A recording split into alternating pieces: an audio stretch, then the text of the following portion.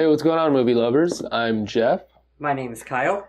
and together we form Shut Up, I Like This, the podcast where we talk about how much we actually like movies, and we're not cynical assholes who just shit on everything. No, I'm a rarity on Twitter where I tell people I share movie news about movies I'm excited about. Yeah. Yeah. There's that McGregor meme that you posted. It's pretty good. Oh, McGregor with Conor McGregor getting punched in the face. Yeah, it's Venom punching Rotten Tomatoes. Yeah.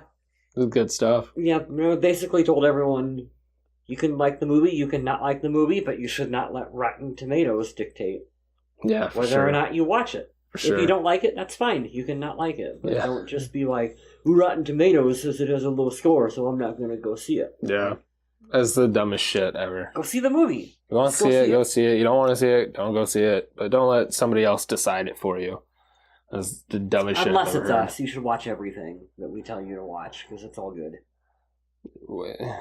The chances are, though, like, you've already seen the shit we talk about. Probably. It's just that, like, it's stuff that you never would have... enjoy. You would have never been like, oh, yeah, Texas Chainsaw Massacre? Oh, yeah, that remake? That's right, there was a remake of it. 2003. Yeah, let's watch that again. Yeah. These are movies that you've seen before, but now we hope that you go back and watch again. Revisit. And realize it's like, that holds up pretty good. Yeah. That was a good movie. Maybe it's because I'm wearing a hockey jersey today, but I always think that Mighty Ducks is the perfect example of a movie that we did a podcast about that I would have never sat down and watched as an adult after all these years. Yeah. And then ended up really enjoying it. And I'm like, that's right, Mighty Ducks is really good. Yeah. It's a great movie. Yeah. I love Mighty Ducks. I liked it a lot. And that was a fun podcast. I think everyone should go back and definitely and revisit that one. For sure. That was a fun month. Just watching Disney movies again. Right? That's good stuff. That sounded like a stupid theme that ended up working out. Yeah, for sure. I had a blast with it. Did you see, really quick, kind of Disney in line, the trailer for the Aladdin? Live action Aladdin. Fuck yeah. Right? The cave? Yeah. Oh my god. It was from what I've seen, like, it's like perfect. I'm on board for that. It's from that little teaser. Yeah. 30 seconds or whatever, but it's like they fucking nailed the cave. Yeah. Yeah. Oh my gosh. You get a little worried because you attach that so much to Robin Williams. At least I do. Yeah. I think they picked the right person for it, though. I think so. Who doesn't like Will Smith? I loved him. I love me some Will Smith. So, I don't know. I think... Bright 2? I think he's... exactly. I think he's going to do You great. Laugh, but I really am excited for a sequel to We're that. definitely going to have to talk about it. I guess that was another one we did on Shut Up, I Like Yeah, This. we talked about Bright. Yeah, yep. Yeah. That was like number 12 or something. Yeah. Pretty early on. We did Warcraft. Yeah. Pretty soon after, wasn't it? Well, Warcraft has been more recent. Warcraft was... Was there some space? Oh, yeah. Warcraft was like 35. What'd you say? And this one is 50? We're on episode number 50. That's crazy. 50. It's been a long 50, yeah. I feel like. Yeah. I mean, it's gone by quick, but holy shit. It's a lot of work. We watched 50 films. 50 movies already. Yeah. Films that you would never never sit down and watch again on your own. It's fun to go back and look at what we've done because there are theme months, like you can tell. We were doing Disney or DC, or we're in the middle of Halloween right now, but they're so sporadic on the stuff that we pick. Like there's no specific it's real pattern to this shit. It's just movies we like. We've enjoyed, and when we didn't get the chance to sit down and discuss it when we first saw it, and then all these years later we revisit it, and it's like, I know him. Did you see who directed it? Oh my god, did you see the writer? Yeah. Which is let's jump into it. Something I want to get into real quick is the writer director for this remake. Texas Chainsaw 2003 remake for those. 2003. Yes. Texas Chainsaw Massacre remake. The writer is the original writer of the 1974 version. Cool. That's actually trivia I did not know. Kim Hinkle, I want to say. along with Toby Hooper were the writers, and of course Toby was the director. It was the director of the original, and Toby also directed stuff like Poltergeist and some of those other early classic horror films. And then something that I thought was really interesting, I kind of went crazy with the director, writers, and stuff. Well, that's good because I wanted to bring up a point about that. So I'm like that you're doing some clarification here, because this movie gets Michael Bay attached to it a lot. Oh, and he was really? just a producer. Producer. A lot of the hate online is like, oh yeah, the Michael Bay, Texas Chainsaw film. Because people hate him because of Transformers. He just produced it. He produced it. He really didn't have shit to do with this. So it's cool that you're pointing all this out. Yeah, it was written by the original writers of the film, right? Like, and it's cool. I kind of went through some of their stuff. They worked together on the original. Kim Henkel wrote the original. He wrote 3D. He wrote the Matthew McConaughey Next Generation. Oh, I love that one so much. It's so good. And then he did a couple shorts. There's a Jason v. Leatherface short. Really? Yeah, I had no idea. And then he wrote the Freddy vs. Jason vs. Ash short. Okay. One of the many incarnations of that script. So, it's just, you got the original people. And then Toby Hooper, who directed the first one and helped write it. It's like Poltergeist. Did a segment on John Carpenter's Body Bags. Oh, really? Yeah. Yep. It's like, it's weird that people think of Michael Bay, and it's like, that's cool. He's just produced it. Yeah, he's just a producer. Like, you got the OGs. They put his name all over the poster because even back then that would sell. And, you put Michael Bay Presents or whatever. Yeah, I can see that. Yeah. But it's no different than like Eli Roth has Eli Roth Presents on movies you don't have shit to do with. Clown. We're going to talk about Clown. Yeah, that's Eli Roth Presents. Quentin Tarantino does the same thing. Quentin Tarantino presents The Man with the Iron Fist. Oh, right. Yeah. But like, you don't have shit to do with that. It's just a movie that he likes, and I don't know if he had a producer's credit on it or whatever. But yeah, I don't know. So I don't get why people got to give Michael Bay shit. I don't know. Being a producer, like, he deserves it for kind of what he did to Transformers, but yeah, that don't mean everything he's done is terrible. Exactly, everything he's attached to is not terrible. Yeah, exactly. Fuck Transformers. And then the director Marcus Nispel. Nispel. Yes. Okay. He directed, going back a little bit. He did the Friday the 13th remake, 2009. He did. That's terrible. I really don't like that one. I never saw it. Don't. He did the 2011 remake of Conan, which I don't Jason mind. Momoa? Yep. I haven't seen that one. I enjoyed it. Because of Aquaman, it's on my list of stuff to watch. It was one of those that I bought like right after it came out. Yeah. I was a freshman at college, and Conan the Barbarian remake came out. I was like broke, had no money. Yeah. But I'm like, I'm buying that movie, so I bought Conan. At the time, and it's cool. At the time it came out, I didn't give a shit. I wasn't into Game of Thrones, so I didn't really care. It was Jason Momoa. Yeah, I liked him from like Stargate, and he's in Stargate Atlantis. Yeah, was he? Yep, That's and Conan, and there's something else before Game of Thrones. But yeah, I got into him obviously from Game of Thrones, and then Aquaman. Justice League. I thought he was great. Right. I can't wait for the Aquaman movie. I know both you and I are excited. That kicks that off. Final shot. That him in the gold. In the classic suit. Oh boy! You can keep your Captain Marvel. It looks awesome. Yeah. But yeah, that was the director, and then like you talked about, produced by Michael Bay. Yeah. Running through the cast real quick because there's some interesting things I also wanted to talk about. Of course.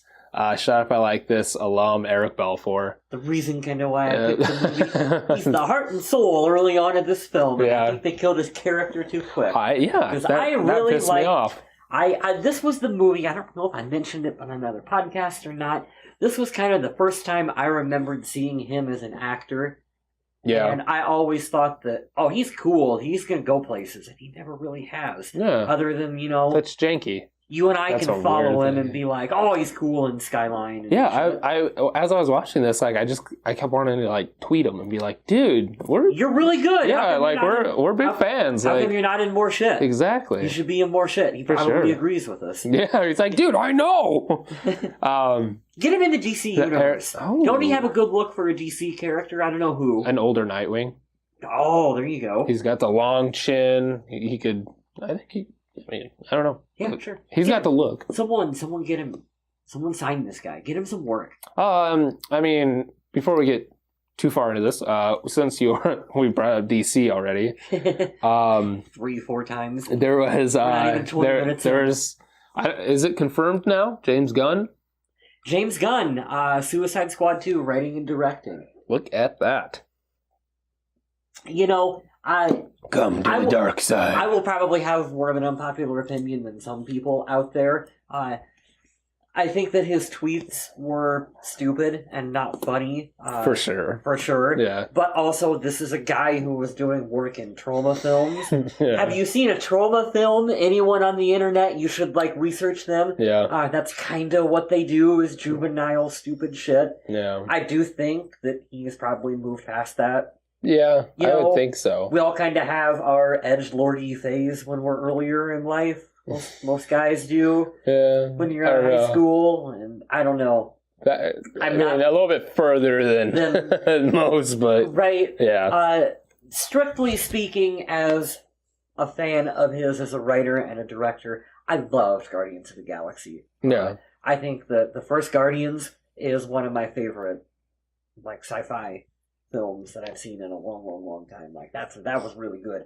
That was better than the last couple Star Wars movies that came out. Oh, for sure. For sure. Don't get me started. Yeah. So, Suicide Squad 2, I thought the first Suicide Squad, like we said on the podcast, had potential that it didn't quite live up to. And I think that he can maybe come in and retool it and fix it and make it maybe a more coherent.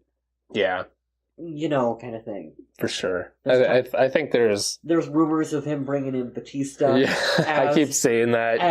Bane. Batista. Oh, what? As Bane. Oh, what? Yeah. Really? That's just silly rumors right now. I mean, that's interesting.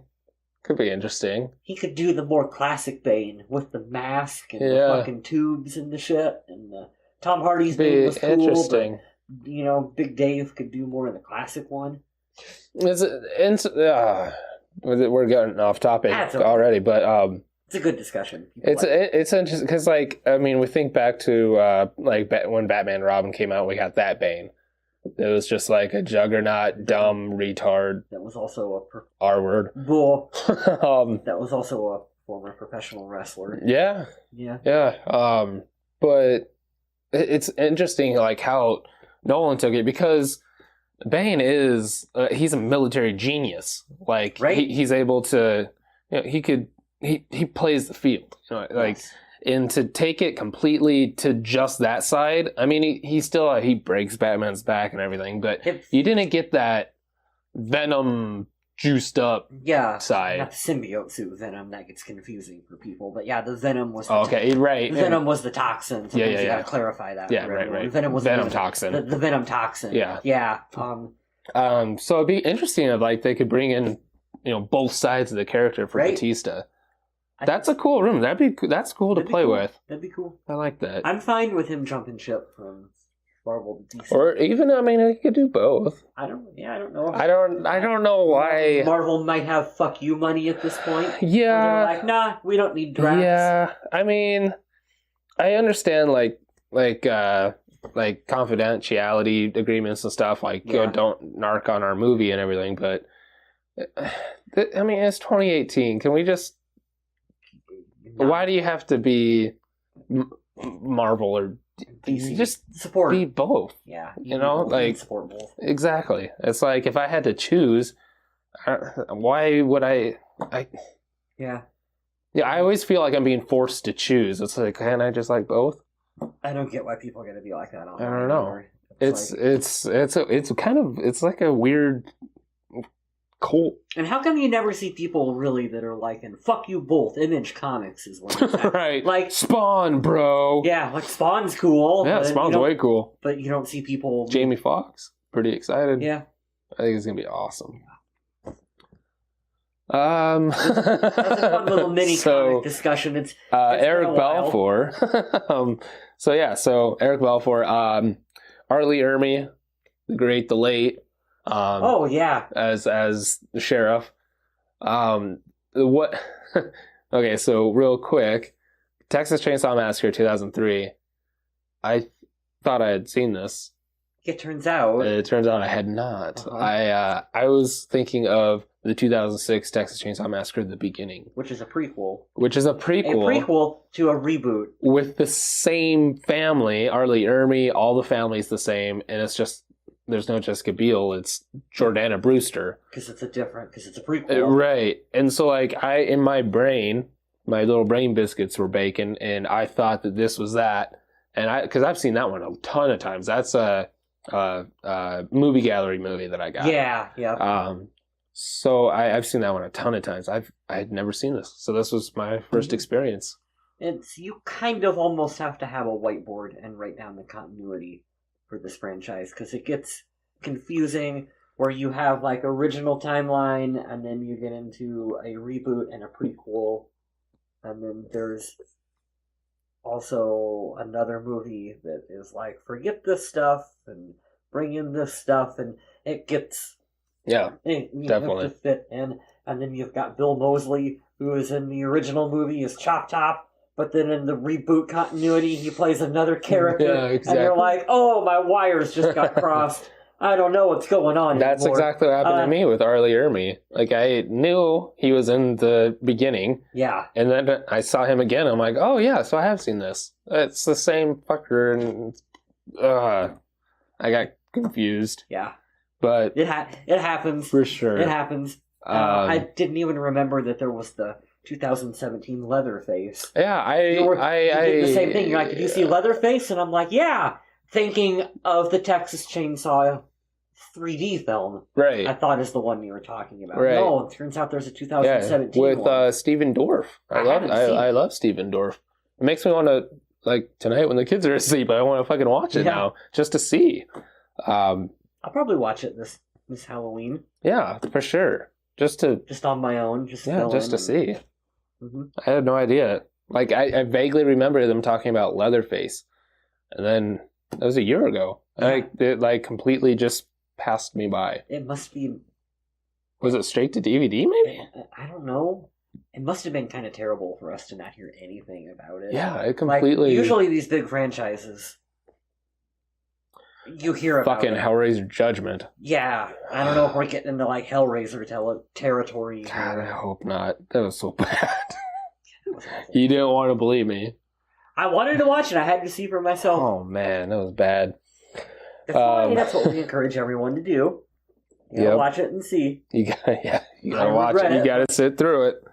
That was not a pleasant film to sit down and watch. Eric Balfour, R. Lee Ermey, Mike Vogel. He played Pyro. I'm kidding. Mike Vogel. You probably recognize him from Cloverfield. Yeah. I've talked about this on a lot of our previous episodes. The movie Supercross with him and Steve Howey from like Reba and stuff. The only podcast that brings up Supercross and Channing Tatum's in there. Yeah. I love that movie.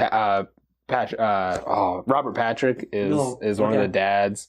I love that movie. It's so dumb. Yeah. I've never seen it. But Mike Vogel, he's like the rebel brother, and I don't know. It's a great movie. Watch Supercross. All you Supercross fans out there love this podcast. Watch Supercross. Yeah. So I love Mike Vogel. Loved him in this. He kind of had a limited role, but I still like him. Yeah. And the same thing with Eric Balfour. Like, I just didn't feel like they used these guys. Yeah, I know. I don't know if it's because I'm just a really big fan of his, but I legitimately felt like you were robbed of Balfour time. Yes, they killed him off too soon. He was an enjoyable, good character in this movie, and I would have liked to have seen him make it out with Jessica Biel all the way to the end of the film. What year was Skyline? Was that 2011? Yeah, 10, 11. Okay, so in about 8 years... Or 93. I just like every podcast. In about 8 years, Eric Balfour looks the same. Yeah. Between this and Skyline. Yeah. Looks exactly the same. Know. It's cool, isn't it? Jesus Christ. And then the last two I want to talk about, do Jessica Biel first. This was, I thought this was the same year as Blade 3, but I guess Blade 3 was 2004. I enjoy Blade 3. It's goofy. She wasn't in Blade 3, was she? Yeah. Really? With Ryan Reynolds. You need to watch Blade Trinity. I don't remember that. Dominic Purcell's the bad guy, Dracula, and yeah, it's awesome. Triple H is the bad vampire. Yeah, I remember him in it. Parker Posey, and what a great cast. Patton Oswalt. I guess it was a terrible set while filming. Wesley Snipes was a huge dick, and Patton Oswalt has this great interview where he talks about how crazy Wesley Snipes was. But Wesley Snipes wants back as Blade. Yeah. Yeah. Fuck yeah. I'll take it. I do too. I don't necessarily agree with him about Blade needs to be in the MCU. I don't know about that. I don't. He wants that sweet MCU money. Yeah, put him in the Netflix shows with Punisher. I don't even think you need to do that. I don't know. My opinion on Blade, that universe gets kind of convoluted when you start adding vampires into the same universe as Daredevil. And I know it works in the comics, but whatever. Just keep Blade separate. Blade don't need to be part of anything else. That's cool enough as it is.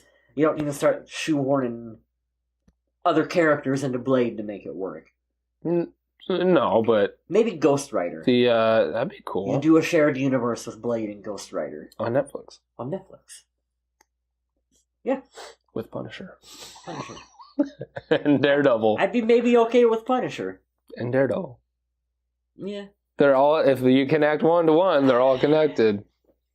I don't know. I don't know. I'd love to see. Opinion. I'd love to see That's Blade again. But I think it gets weird when you start including vampires into the larger Marvel universe. I don't know why in a universe where there's mutants and superpowers and everything else, I draw the line at vampires. But I'm like, that's a little much. That's a little much. It's a weird thing. What did I write here? Oh, okay, yeah. I thought it was the same year it was on Jessica Biel. We had a little bit of a conversation about Jessica Biel before we started recording. Because there, for a while, between 2000 and 2009, she was in everything. She was huge. Yeah. And then you asked me, yeah, but what has she done lately? And I looked at you, I'm like, you're dumb. And then I thought about it, and I couldn't really think of anything. Something. And she's done some things. Yeah, for some lower profile things. Definitely. There's a film with Patrick Wilson, A Kind of Murder. I actually got it at Family Video for $3. And I didn't even realize it was her. Yeah. It's like as soon as you pull up her page and you just barely scroll down, you're in you're already in 2014. Yeah. Damn, really? Yeah. The last 4 years, 5 years. She's a good actress. She should be in everything.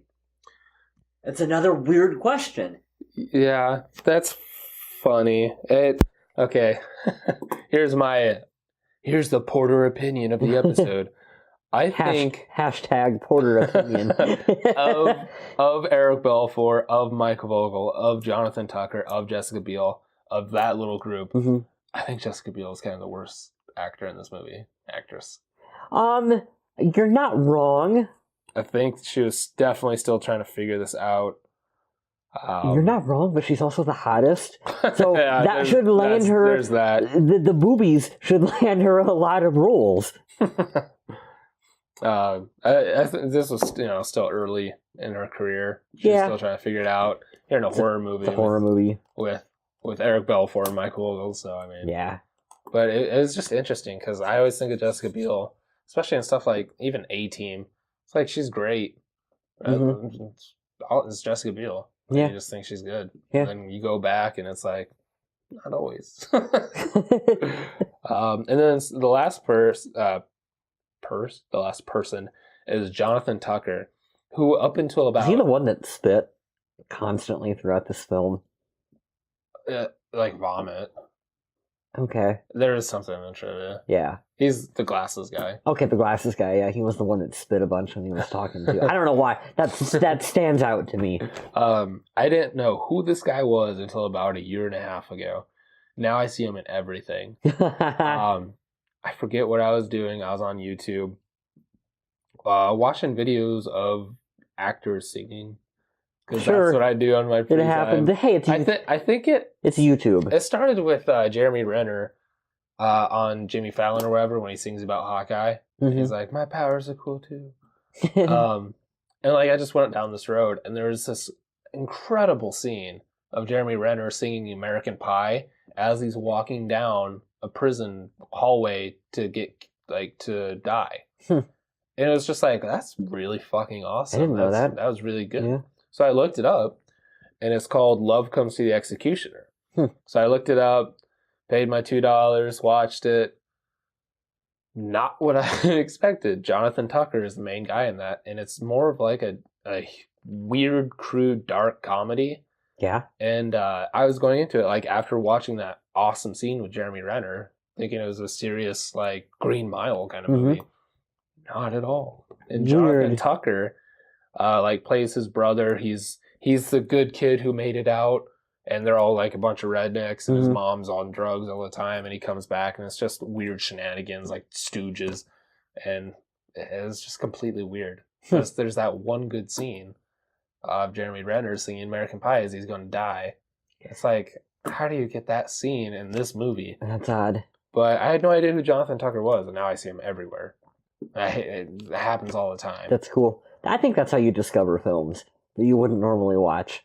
You're like, oh, I like this actor. What else is he in? And then you start looking, and you're like, that sounds interesting. I'll give that movie a watch. For sure. I forget what else. He was just in something recently. I'm like, is that Jonathan Tucker? And then you go back, and he's like... everything. And like episodes of How I Met Your Mother, and it's just everywhere. It's like, what the fuck? Never even knew who this guy was. That's cool. So, director, writer, and cast, and of course, Leatherface, Andrew Brynarski. He played Leatherface in this in the beginning. He's ex-bodybuilder, got discovered by happenstance, and now he was Leatherface. Cool. And he was also in Black Mask 2. So I wrote that down just because that was... We had jokingly talked about watching that. Yeah. I don't think either of us actually have. But now Leatherface is in it, so there's another reason. Yeah. Might have to, finally. I probably won't. So, let's get into, like, the actual movie. Sure, sure. Do you remember because this was my first time seeing it. Do you remember, did you see this in theaters? I didn't see it in theaters. I was in high school, freshman, sophomore, somewhere in there. When it came out, and I remember it being a big deal amongst those of us in Cafe Block that were into horror movies of like, a reboot of Texas Chainsaw, and it looked like really brutal. And I remember watching it. I don't remember if it was in theaters. I don't remember if I seen it in theaters or shortly after on DVD or something, but I do remember that everyone really liked it. I remember talking about it, like, in cafe, and, like, the scene, with, where he chops the guy's leg off and puts the salt on it. Oh, yeah. Or whatever. I remember us talking about that, and I remember Mrs. Burton. Little deep dive for those of us in Webster City. I remember Mrs. Burton overhearing the conversation and putting her hands on her hips and being like, I don't know what it is with you boys and having to watch that disgusting filth out there. And, of course, that just makes the movie cooler when someone like that calls it disgusting filth. Exactly. So that's kind of what I remember most about it. I remember enjoying it when it came out. I didn't know other people didn't really at the time. Oh, yeah. You're not in at that age, whatever. You're not on Rotten Tomato. It don't matter. It's like I said, it's, friends like you and me in high school. Oh, did you see the new Texas Chainsaw? Yeah, it's really cool. And that's your circle. And your circle likes it. And you really don't get outside of it. And sometimes that's okay. Yeah, that kind of brings up, I completely forgot the Rotten Tomato scores. The Rotten Tomato critic scores 37% and the audience scores 57%. Yeah. So that's a big difference. And 20% between critics and audience. Heavily favored towards the audience. What do you think? First time watching it, I expected a lot less, actually. Really? What do you mean less? Less as in, cheesy horror film. I wasn't expecting... I kind of ripped on Jessica Biel, but for the most part, it's a well-acted film. There's my favorite scene that I'll talk about later that was just incredible. And it had a lot... the only thing that I would say is everybody that does save Jessica Biel, she just runs away and doesn't help them, and it pissed me off. Yeah. Mike Vogel goes in to help her. He starts with the tire iron, defending the chainsaw after he saves her, and she just turns around and runs away. Yeah. I'm like, you bitch, he just helped you. And then it happened again with Jonathan Tucker. He comes out, makes a distraction, and it turns back around, and she just runs away again. Like, I'm never gonna try to help you. Yeah, right? That's the only thing that bothered me. But like, I don't know. I thought everybody acted really well. I liked the story. I liked the beginning. I liked how they kind of wound up where they wound up. How, just the girl, the beginning and the end, I thought were really cool. How she becomes the girl wandering down the road. Yeah. They find, I just want to go home. He killed them all. And it's like, you just get to see that it wasn't that bad. There was a good little arc. Yes. Yep. And I was pleasantly surprised. It was actually a really good film. I thought it was a pretty brutal take on the original film. Did you watch the unrated version? Where did I even watch this? I watched it online, so I don't know if I watched the unrated cut. I really don't. I didn't, so I might have missed a lot. Yeah, like the gore and stuff. I honestly don't know if mine was. If I remember right, I don't even think the remake was really that. Like, it's not a hostile kind of film, right? Because that's kind of what Texas Chainsaw, in a weird way. Like, going back to the original film, people talk about how brutal and bloody the original film is, and there's not. The original is horrifying because of the use of sound. Yeah.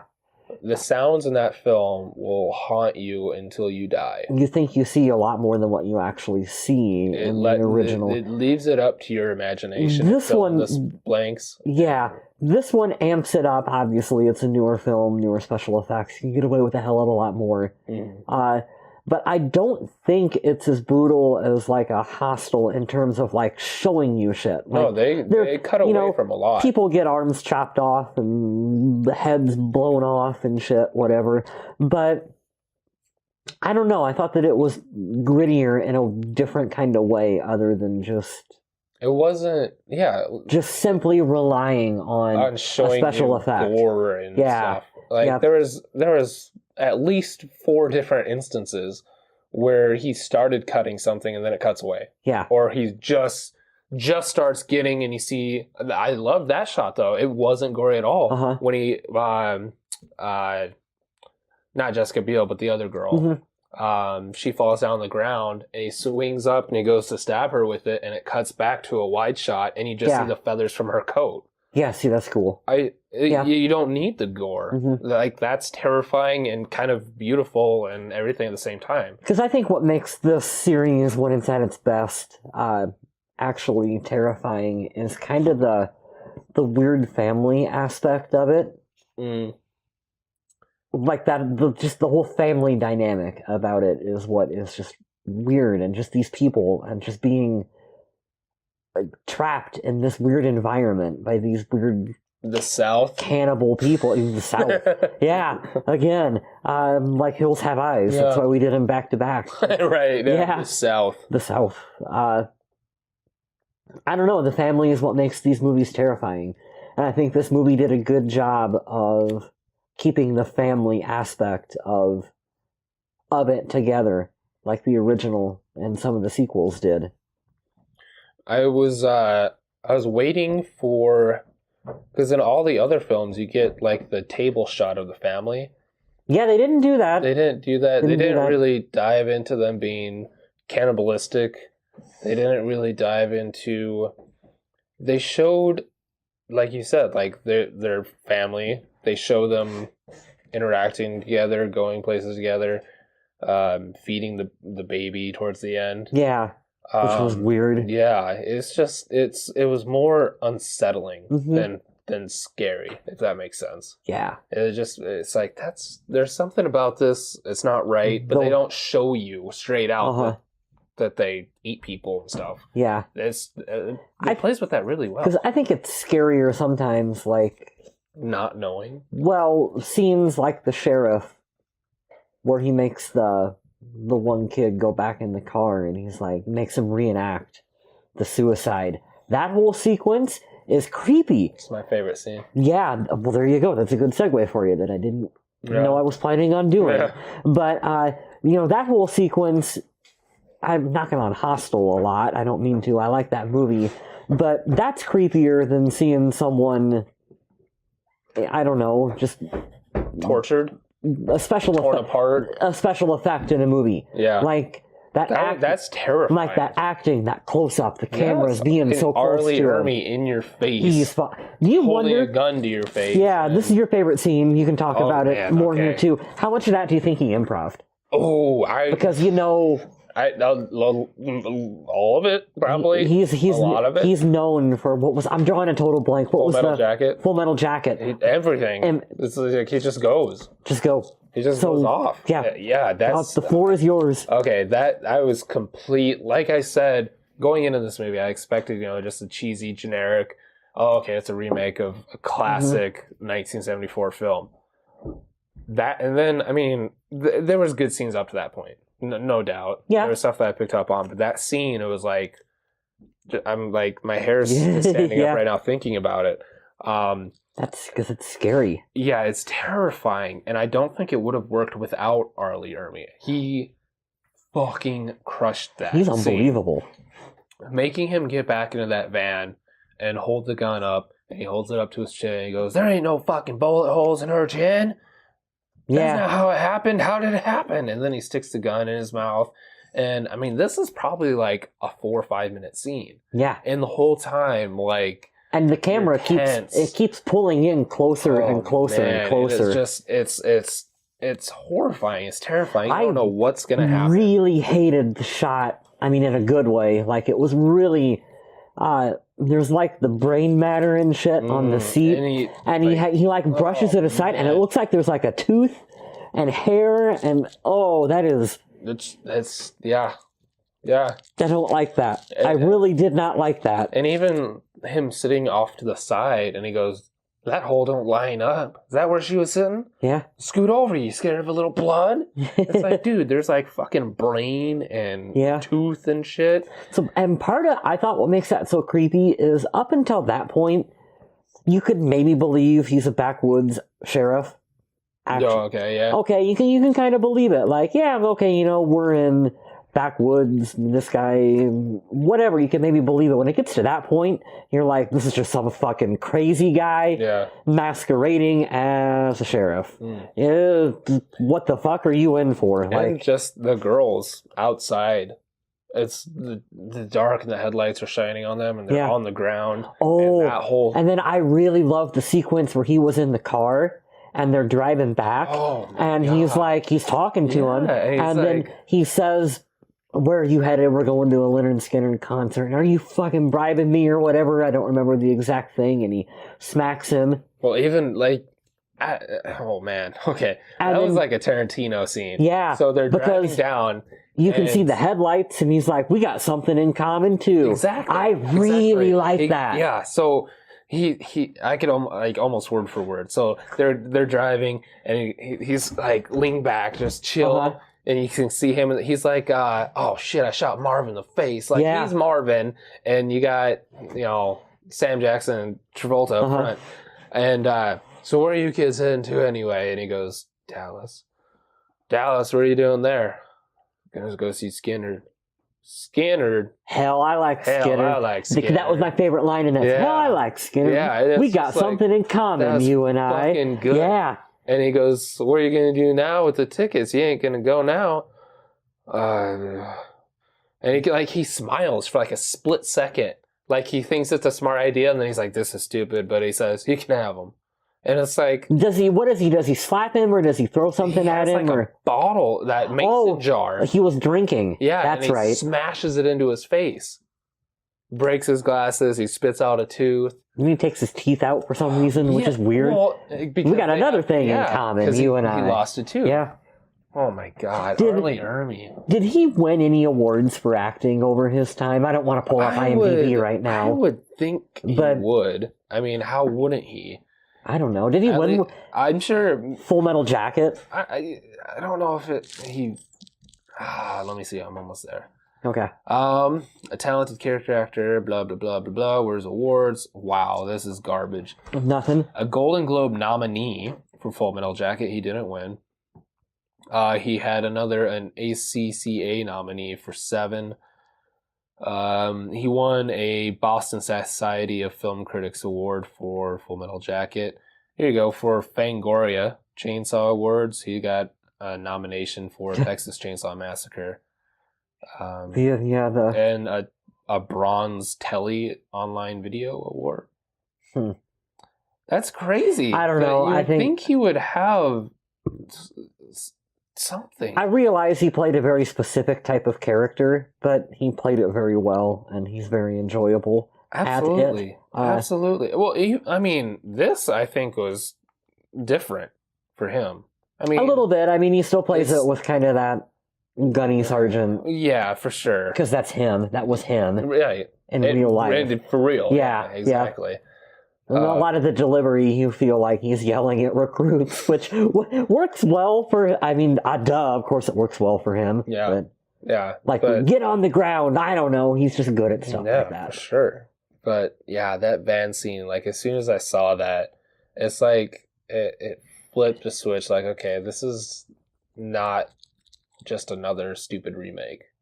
So, that was probably the best scene in the movie. That would be the one I would pick for my favorite. But just to kind of vary the discussion, I'm going to say the opening scene with the hitchhiker, the girl hitchhiker that they pick up, because it plays on the original film. Because in the original film, they pick up the crazy hitchhiker, the crazy guy from the side of the road. And it's a completely different sequence. Because you get to see they pick him up and they have a conversation with him, and it gets weirder and weirder and weirder. And he pulls out the camera and he takes the photo of him, and then they have the long conversation about head cheese and how to make it, and he develops the photo and wants to sell it to him, and that's terrifying. And then he burns it in the tin foil. And then they get in a fight and they kick him out of the van and he pulls the knife out and he's cutting himself and he writes in blood on the side of the van. So that's the original film.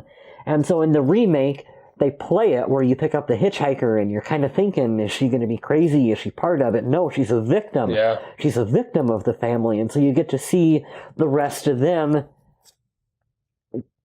kind of a look forward to, what's going to happen later on in the film. Yeah. And then it ends with the suicide where she pulls the gun out and you get that really cool shot. Tarantino. Oh my God. I wanted to talk about that, through the head and back out. Out back through the back of her. How did you do that? That's an amazing shot. I don't know. I'm sure there's a cut in the middle. There's probably a cut because it pulls through the head, and then doesn't the head fall back? Something like that. I think the head there's a cut. And it goes. There's got to be a cut somewhere where it goes through the dummy head. I couldn't believe that. That was a fantastic shot. Yeah, that was really cool, and I thought that played very well on your expectations for the original film, kind of keeping in line with it and doing something different. I think that's what a good remake does. Yeah. Where it's like, you remember this from the original? Well, we're going to do it a little bit different in this one. I thought they played with that on... especially the first time you see Leatherface in this film, when they're in the hallway and he comes out through the door. There's a scene in the original, right? It's the same hallway, and he comes through it's close. He comes through that door that leads down to the basement. Yeah. I feel like with is it not wheelchair guy? It must have been. Was it? No, it wasn't. It wasn't Franklin. It was. I'm sorry, I can't remember the character names from the original, but. Yeah, it was Sally. It was Sally. And it was the other. I don't remember the other guy. There's the other guy in the film. It's not important, but he's the one that gets smacked upside the head. Right. He gets smacked upside with the head. Really fucking creepy. It's the creepiest scene in that film because it comes out of nowhere. Exactly. Absolutely out of nowhere, and they pull him behind that weird door with the weird fucking red backdrop. Yeah. And it's got like the deer skulls and shit hanging on it. You can't quite see what it is. He pulls the door shut. He has like the weird look, and then he pulls the door shut. Yeah, they kind of do that in this film a little bit. I was just trying to think of the original scene, but in this though, like it was similar for sure. Like it was definitely it's a nod to it. Definitely like a callback. Because there's the old guy without no legs that's in the house. That's like tapping his cane on the floor, and that's when Leatherface comes out in this one from around the corner. It's like he's signaling him. Right. They don't know he's in the house, creepy. And he comes out. I jumped at one point during this. Really? There was a part that caught me off completely. It was like really late in the film too, when Jessica Biel is running through the woods and stuff. She ends up at the meat packaging company. It's like the first interior shot. She's like sliding down through the vent or like a elevator or something, and she's like going through, and out of nowhere, like how did he even catch up? How's he there? And then out of nowhere, it's just like boom, he's there, and he's in your face, and it's like I was completely not expecting it. I was like, Jesus Christ, my heart started beating. This movie had a lot of good. I talk about this a lot, is like a lot of films now rely just on jump scares, and it's frustrating. That's not. I don't go to bed at night like scared of a jump scare. I go to bed tonight terrified from the van scene. Yeah. I go to bed at night terrified, and like in the original, there's not that much gore. There's not that oh man, I love it so much because it relied so much on sound.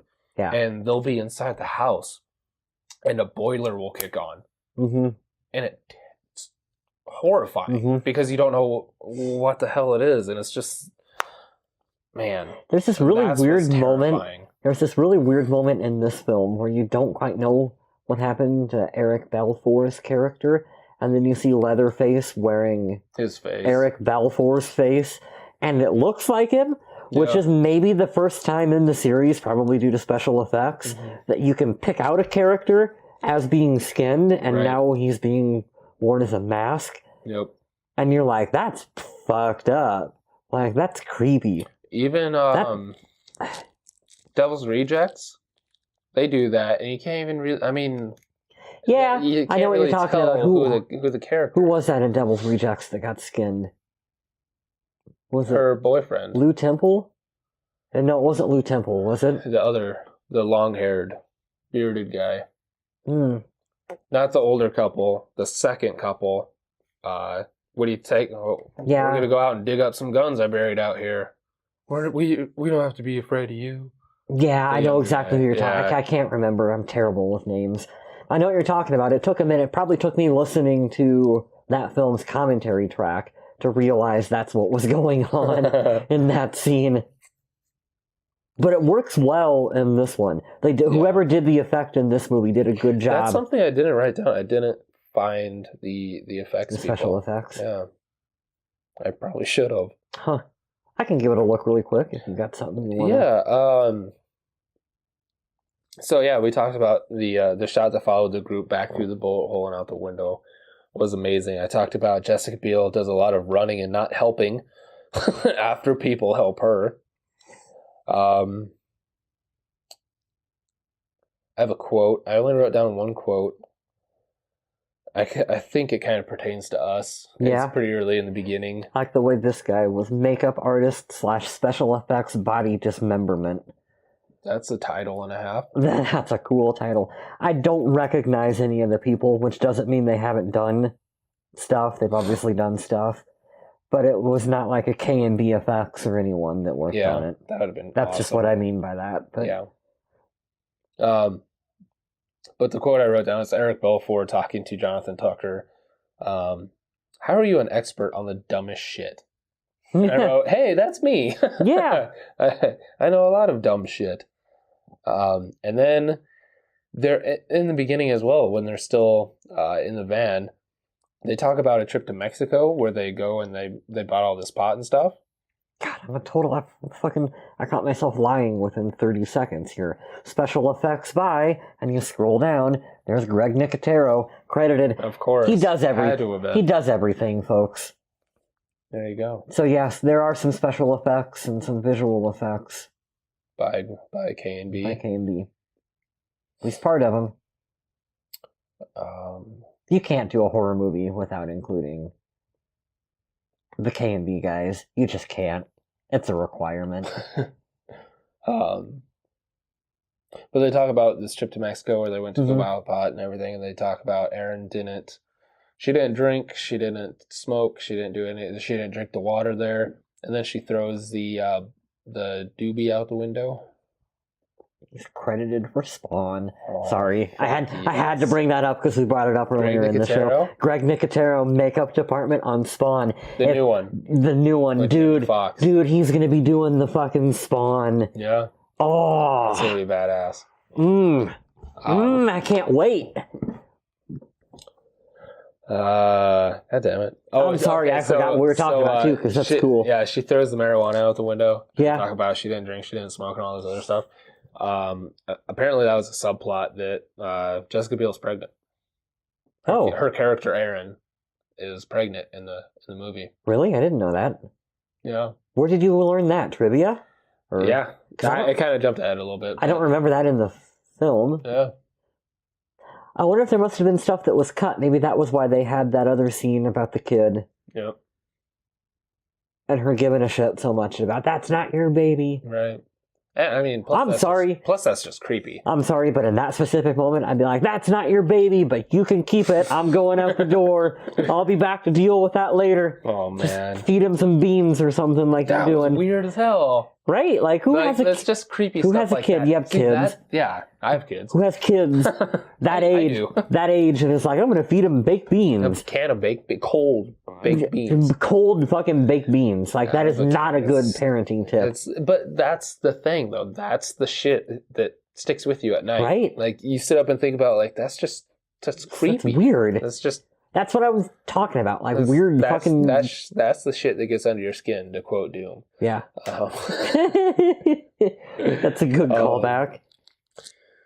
Oh, man. Before I get into trivia, do you have any final thoughts, anything else you want to say about the film? But the only thing I thought they missed on is Leatherface in the original film.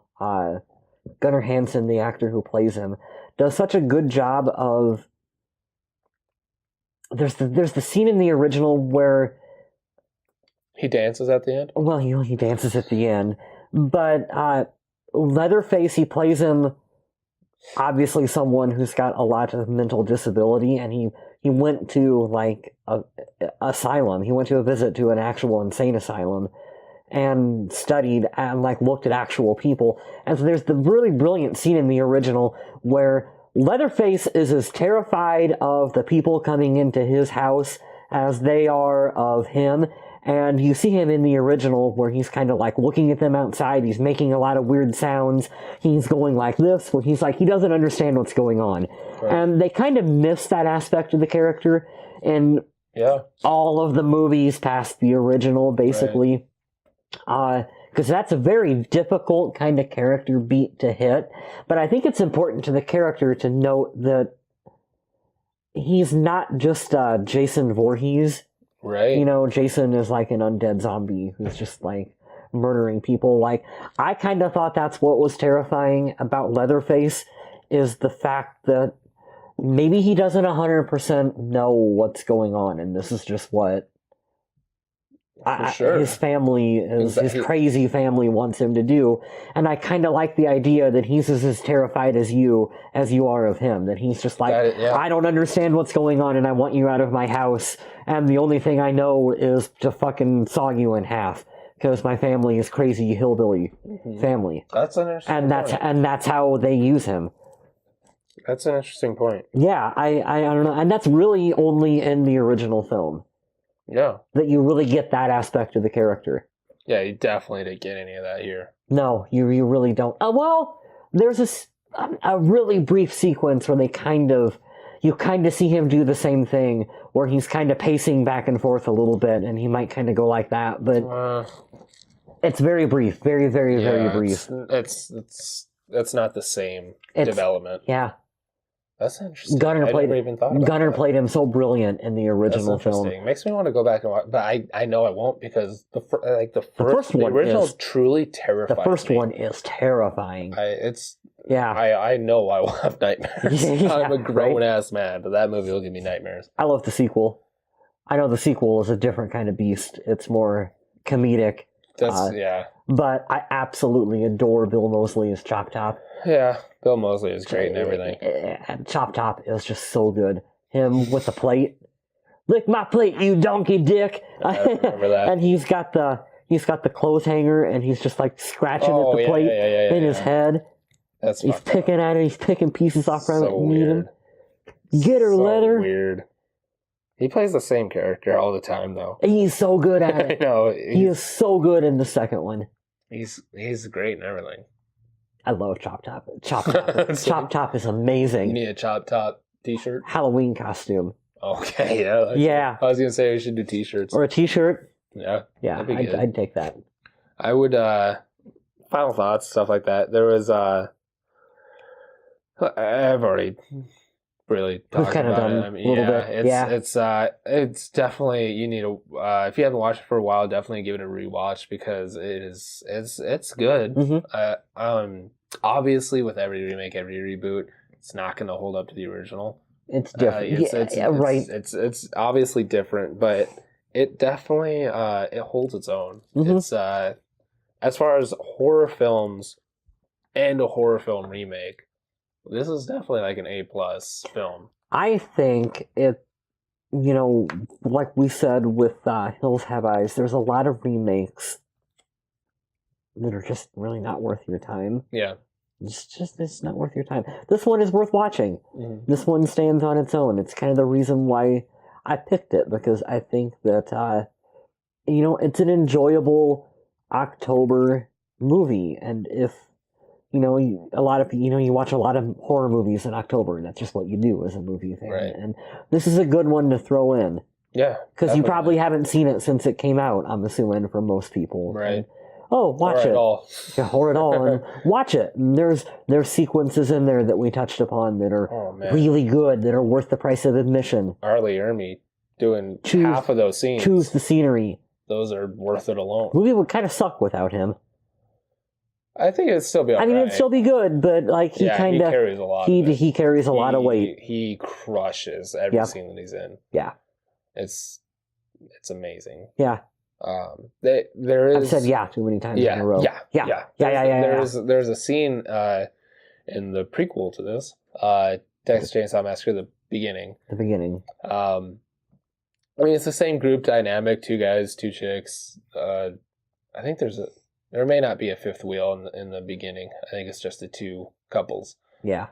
But Arlie Ermey gets hold of the 2 guys and stuff, and he takes them out and talks about, okay, this is, we'll get out of here, just drop and, give me like 20 push-ups. Shit, you call that a push-up? Uh-huh. My dead grandmother did. And he just goes off. And am I remembering right? Is that the one where they show how he gets the sheriff get up? Yeah. The sheriff goes to the house and they kill him, and then he takes the outfit. Yeah. And he goes, what do you think, Mama? Do I look like a good sheriff? Yeah, see, that's what's so creepy about it. It's because he's totally just a dude who just, fucking, I'll take it. Yeah.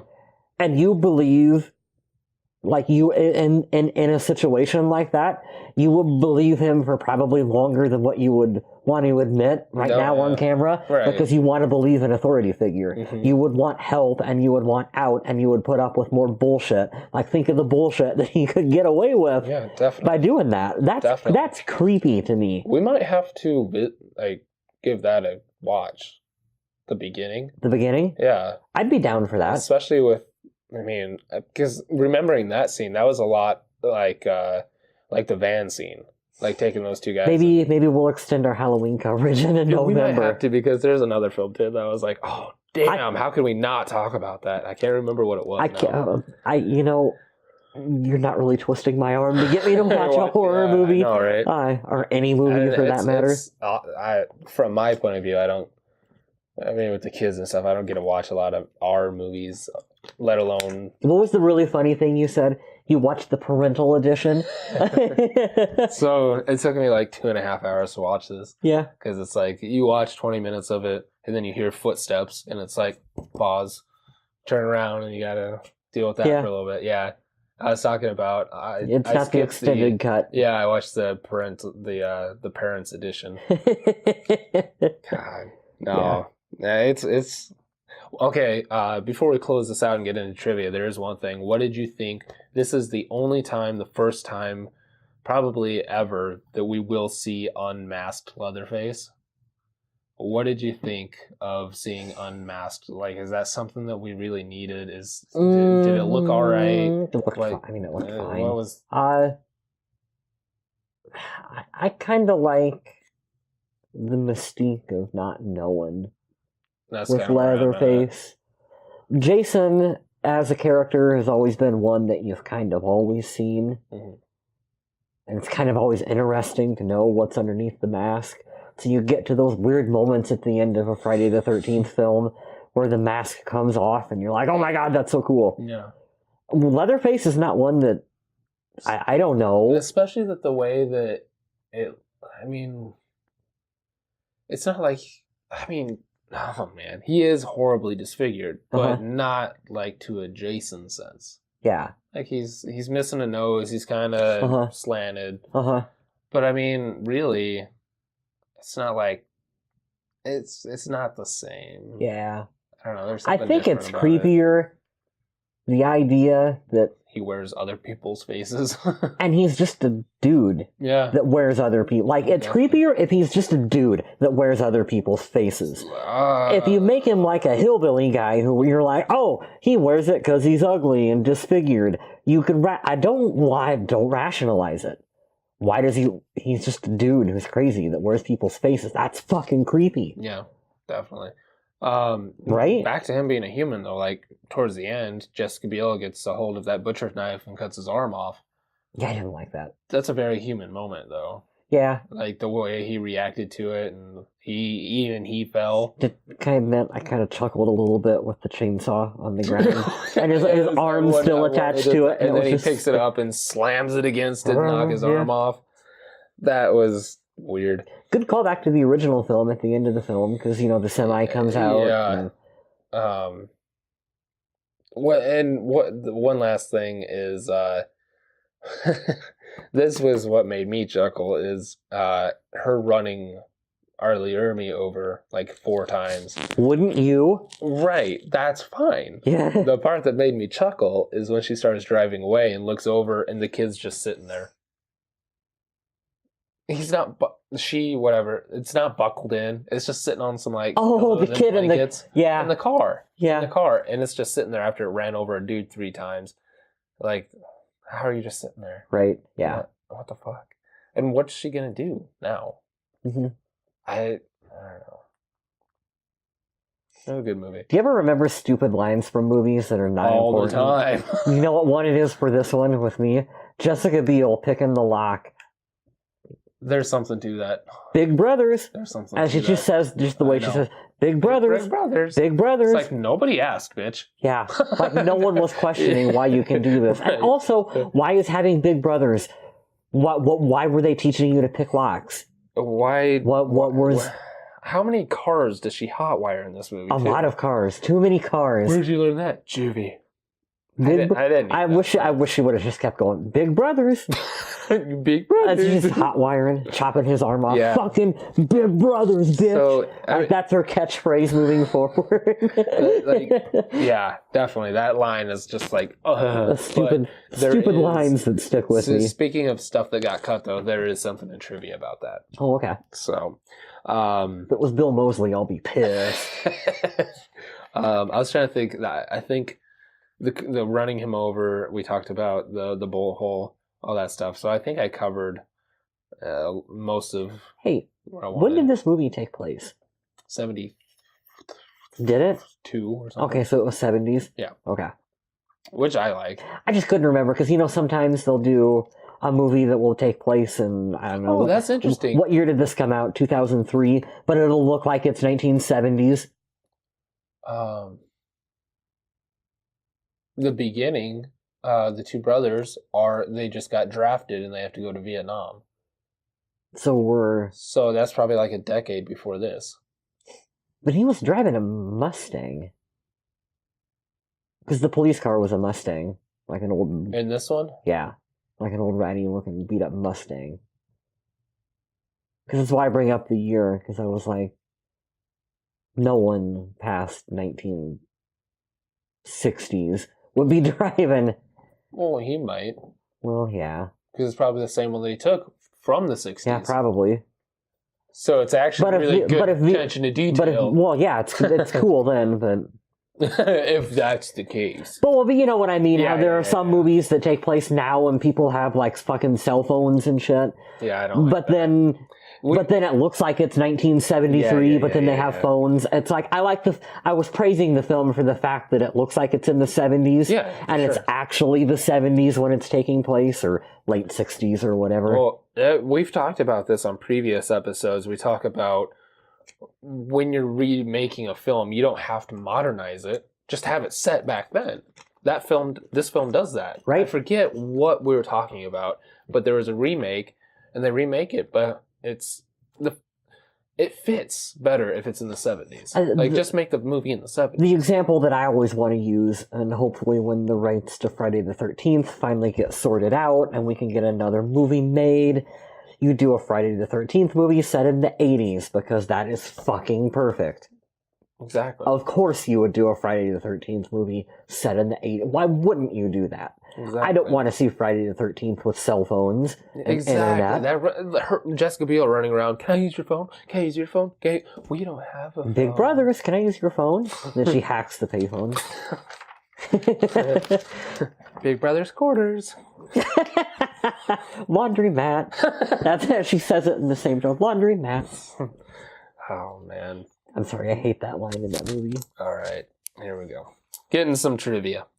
Knock this out. So, it's the first thing. When Erin pulls out a knife to pick a lock, when asked, she says, Big Brothers. It's an homage to the original Erin and Sally. In the original, Sally's brother is obsessed with his knife, and at one point, he gives it to Sally, and he never gets it back. Mm-hmm. So that's why. That would have been Franklin in the original film. Because he gives the knife. He's like, for some reason, he's playing with his knife, like underneath his, cleaning his fingernails. Yeah. And that's when the crazy hitchhiker grabs it from him and goes like that. And that's when you're like, what in the fuck? Yeah, exactly. You're really like, what in the fuck at that point? So it was cool. Kind of a loose callback. That's cool. That you would need trivia to understand. Yes. Yes. So the next two are super cool.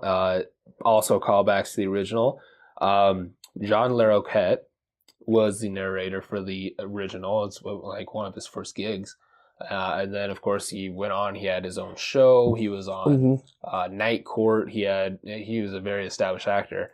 He came back in 2003 and did the narration again. I forgot to bring that up. I really liked the black and white police footage with the narrator. Amazing.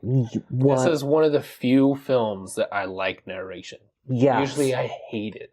And that was an amazing way to bookend the picture with that police black and white found footage at the beginning and then the ass end of the film. And that narration, I think, was the original narration from the original film. Was it the same? If they changed it, it was very minimal changes. That, I am pretty sure, is word for word the original.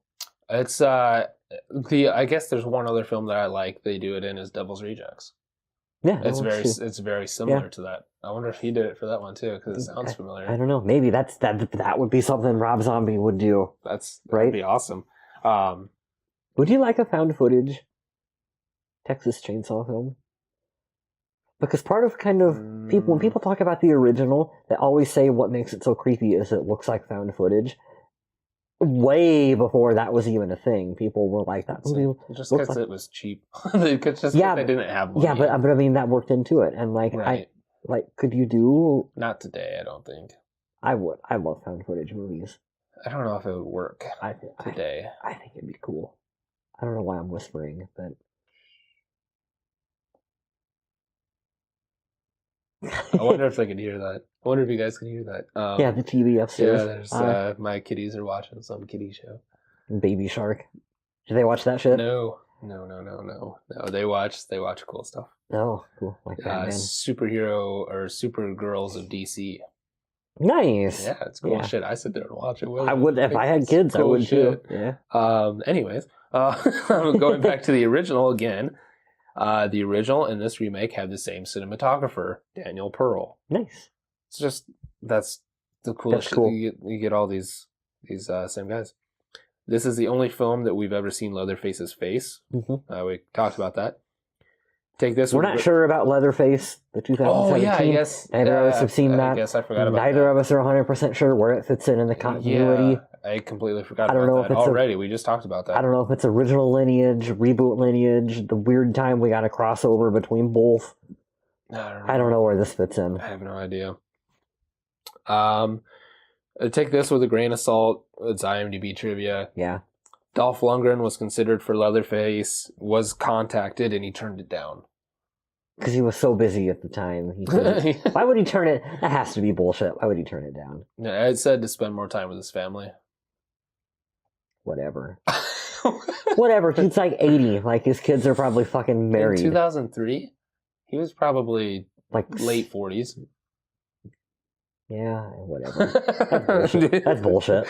That'd have been cool. Can you imagine? Yeah. That would have been really cool. Yeah. Apparently their requirement was just be tall. Big a motherfucker. Yeah.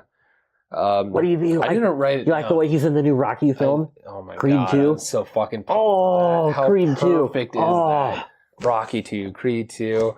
I'm so happy that they're keeping Rocky 2. Now they're numbering it instead of doing stupid subtitles like they do nowadays.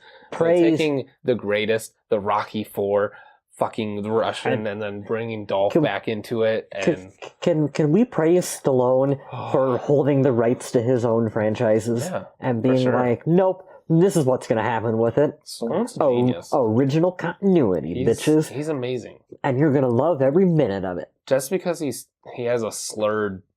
I love Stallone. I don't know why people give him shit. Yeah, fuck those people. The dude is a fucking genius. We don't need a Rocky reboot. They can just keep doing what they're doing with Creed. For sure. I want to go home and watch. I want to go home and watch Creed now. When the first Creed came out, in my head, I think my dad told me. My stepdad was like, "Yeah, they're making a new Creed movie," and I was like, "Michael B. Jordan." No. And I was like, "Oh my god, it is Michael B. Jordan." And then Rocky's still there. And I remember the sequel. I remember Kevin Smith and Mark Bernardin talking about it, where they were like, "Hey, like when the movie's announced, you feel like the studio being like, hey, do you want more Rocky?" And everyone, like, your initial reaction is like, no. And then you see the trailer and then you see the movie and you're like, apparently I needed more Rocky because that was really fucking good. Fuck, yes. Yeah. Creed 2. Definitely looking forward to it. Next year looks like a good year for movies, I'm dude. very, very excited. Back to Texas Chainsaw Massacre. This was banned in Ukraine. Keeping in line with the original film being banned. There was the subplot of Erin being pregnant was deleted. Don't know why. I don't know if there's a running time issue or what. But the subplot was that she was pregnant. Ratings board, if I had to guess, it always comes back to that. That's one of those areas that's really touchy. pregnant care, even though you probably wouldn't see it, but just the implied. And I guess I don't understand what it would have to do with the story. Nothing. Other than just an added layer of every time she falls or something, it gives you that. She's 4 weeks pregnant. Yeah.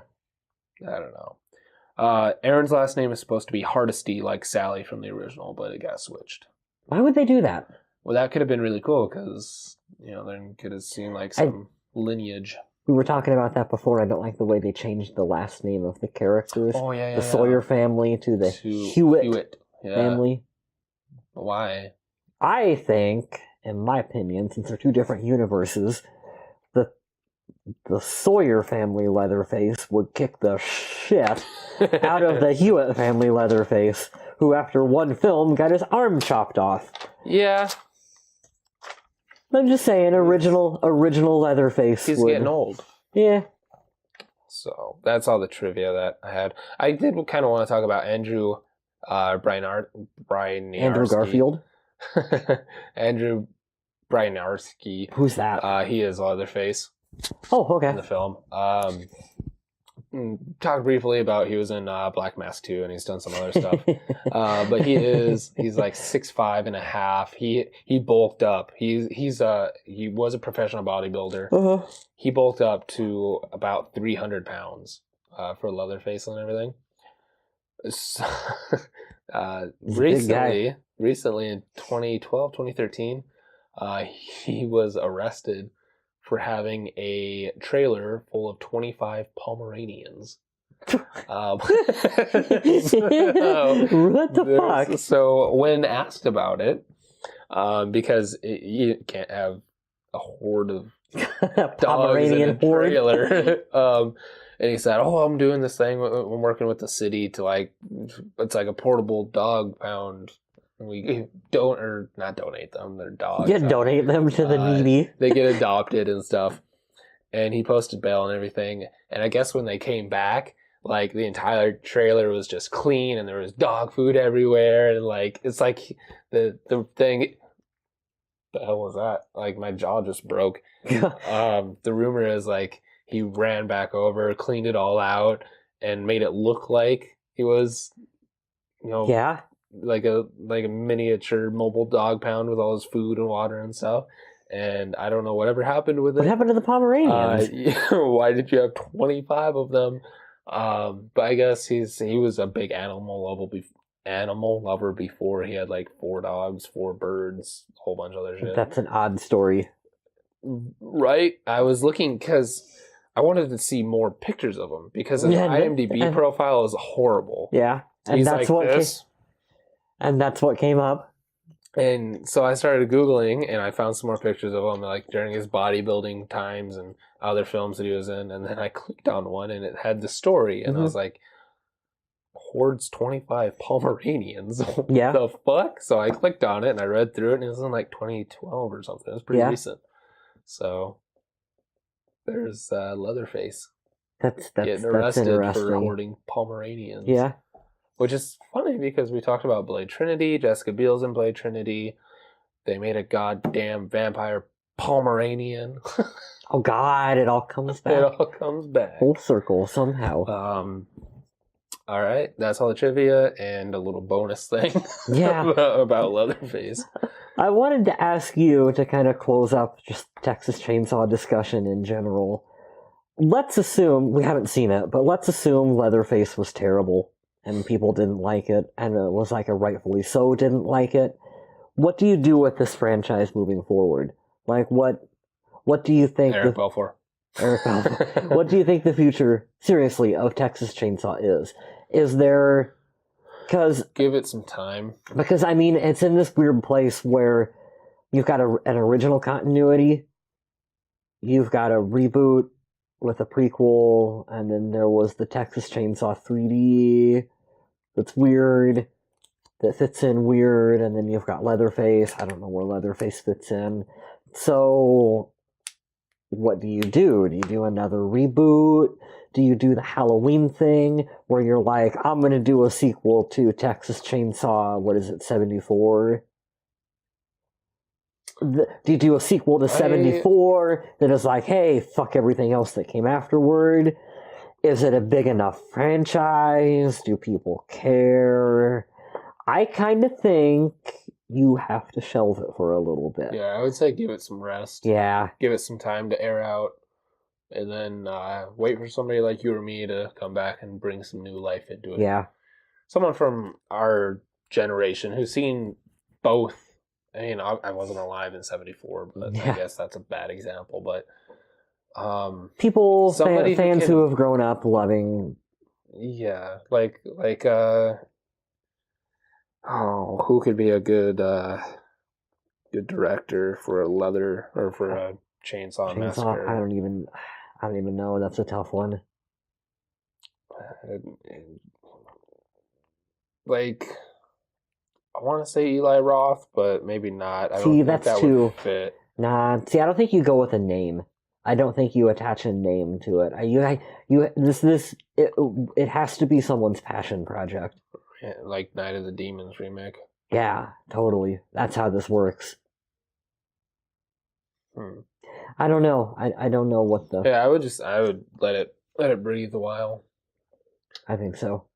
I think, even though, as I've said before, I don't have problems with reboots, remakes, sequels, prequel, remake, sequel shit, like all of that. Mm-hmm. It gets weird continuity, but whatever, I'm fine with it. You know, you don't ever fuck up original films by doing that.